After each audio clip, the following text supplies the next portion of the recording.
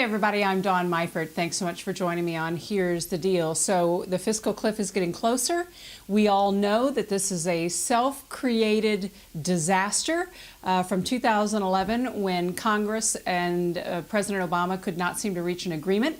We see today that they still can't get along. However, the Republicans have come to the table with what they're willing to contribute to avoid the fiscal cliff. And those two things are an increase in age for eligibility around Medicare and a reduction in the cost of living for Social Security. They are unwilling to touch the tax rate on the upper 2%, so the great transfer of wealth continues to happen. Let's take a look at what that means real time. So today, corporations, their earnings are at an all-time high for this country. Their cash holdings are at an all-time high, yet the average worker is at an all-time low in terms of compensation. Today, the average worker is making about 43.5% of our overall GDP.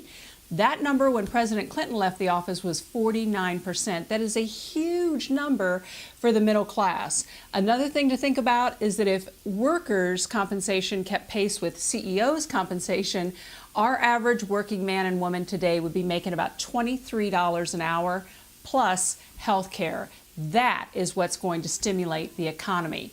Another thing for us to look at is look at other democratic countries and the ratio that their CEOs are making compared to ours.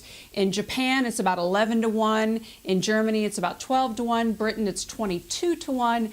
But here in the United States, our CEOs are making 475 times more than the average worker.